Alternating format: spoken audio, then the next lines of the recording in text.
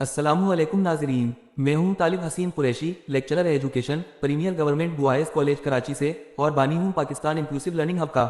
یہ مضمون اسی پلیٹ فارم کی جانب سے پیش کیا جا رہا ہے جس کا فیس بک پیج پاک انکلوسیو لرننگ ہب کے نام سے موجود ہے۔ اس تحریر کا مقصد یہ ہے کہ ہم اسلامی اور عالمی تناظر میں غربت کے خاتمے، اخلاقی بیداری اور معاشی انصاف کی ضرورت کو اجاگر کریں۔ ہمارا ہدف یہ ہے کہ معاشرہ دولت کے بجائے دیانت، خدمت اور مساوات پر قائم ہو۔ آج ہم بات کر رہے ہیں ایک نہایت اہم عالمی موضوع پر، eradicating poverty 2025 and Islamic and global call for ethical and economic reform, یعنی غربت کے خاتمے کے لیے اسلامی اور عالمی سطح پر اخلاقی اور معاشی اصلاحات کی اپیل۔ اس سال غربت کے خاتمے کا عالمی دن اس عنوان کے تحت منایا جا رہا ہے، ending social and institutional maltreatment, acting together for just, peaceful and inclusive societies, یعنی سماجی اور ادارہ جاتی ناانصافی کے خاتمے کے لیے باہمی تعاون کے ذریعے ایک منصفانہ، پرامن اور شمولیتی معاشرہ قائم کرنا۔ یہ دن ہمیں یاد دلاتا ہے کہ غربت صرف مالی مسئلہ نہیں بلکہ انسانی حقوق کی سنگین خلاف ورزی ہے۔ بین الاقوامی طور پر غریب اس شخص کو کہا جاتا ہے جسے خوراک، رہائش، تعلیم اور علاج جیسی بنیادی سہولتیں میسر نہ ہوں۔ اسلام اس تصور کو اور بھی وسیع انداز میں پیش کرتا ہے، جہاں فقیر وہ ہے جو ضرورت مند ہو مگر ایمان اور صبر میں مضبوط رہے۔ اسلامی تعلیمات میں فقیر اور مسکین دونوں زکوٰۃ کے مستحق ہیں۔ یہ نظام صرف خیرات نہیں بلکہ سماجی انصاف کا ذریعہ ہے۔ اسلام غربت کو تقدیر نہیں بلکہ ایک اجتماعی ذمہ داری سمجھتا ہے۔ قرآن میں ارشاد ہے کہ اور ان کے مالوں میں مانگنے والے اور محروم کا حق مقرر ہے۔ رسول اکرم صلی اللہ علیہ وسلم نے زکوٰۃ، صدقہ اور وقف کے ذریعے دولت کی منصفانہ تقسیم کا عملی نمونہ قائم فرمایا۔ امام احمد رضا خان بریلوی رحمہ اللہ علیہ فرماتے ہیں کہ حاکم کا ایمان نماز میں نہیں، بھوکے کو کھلانے اور کمزور کی حفاظت میں ظاہر ہوتا ہے۔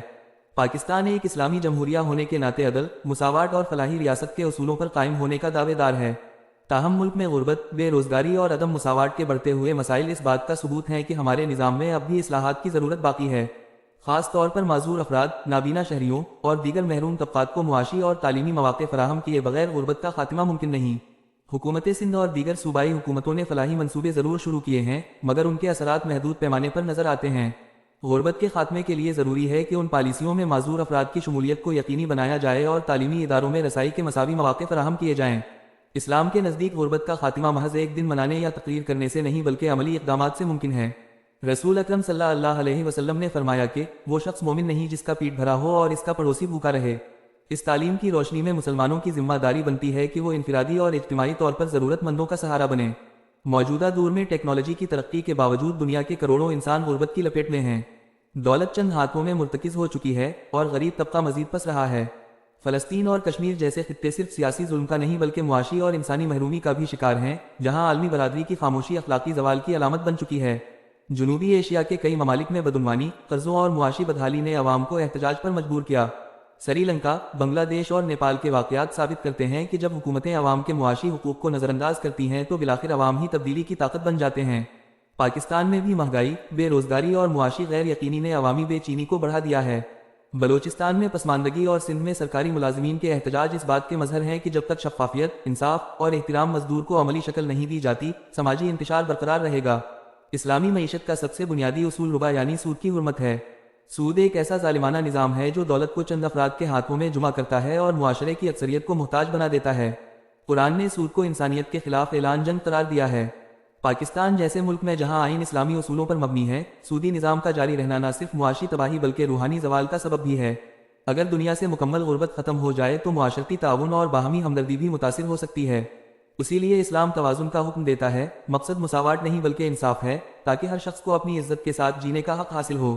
بین الاقوامی اداروں، خصوصاً اقوام متحدہ، یونیسکو اور پاکستان کے متعلقہ محکموں کو اپنے کردار کا ازسرینو جائزہ لینا چاہیے۔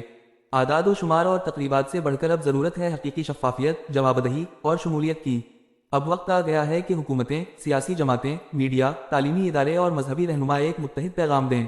سود کے خاتمے، دیانت دار معیشت اور کمزور طبقات کے حقوق کی ضمانت کے لیے عملی اقدامات کیے جائیں۔ دنیا اخلاقی زوال کے دہانے پر کھڑی ہے۔ اگر عالمی قیادت نے اب بھی اصلاحات نہ کی تو آنے والے زمانے میں جہالت، لالچ اور ناانصافی پھر سے غالب آ جائیں گے۔ لہٰذا وقت کا تقاضا ہے کہ انصاف، دیانت اور خدمت انسانیت کو اپنی معیشت کا بنیادی اصول بنایا جائے۔ غربت کا خاتمہ ایک اخلاقی، روحانی اور تہذیبی فریضہ ہے۔ اسلام کا پیغام یہی ہے کہ عدل کے بغیر امن ممکن نہیں اور رحم کے بغیر ترقی بے معنی ہے۔ پاکستان کو ایک حقیقی اسلامی فلاحی ریاست بننے کے لیے سود، کرپشن اور استحصال کا خاتمہ کرنا ہوگا۔ جب دولت امانت بنے گی اور طاقت خدمت میں بدلے گی، تبھی انسانیت حقیقی سکون اور خوشحالی حاصل کرے گی۔ اگر آپ اس مضمون کو مکمل طور پر انگلش زبان میں پڑھنا چاہتے ہیں تو ہمارا فیس بک پیج پاک انکلوسیو لرننگ ہب وزٹ کریں اور فالو کریں۔